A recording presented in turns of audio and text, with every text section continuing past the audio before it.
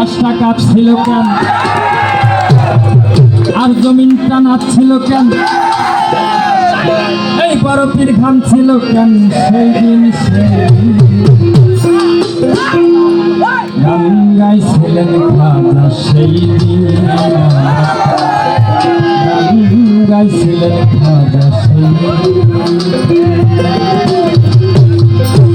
আকাশটা কাঁপছিল কেন জমিনটা নাচছিল কেন আকাশটা কাঁপছিল কেন জমিনটা নাচছিল কেন বরফের ঘাম ছিল কেন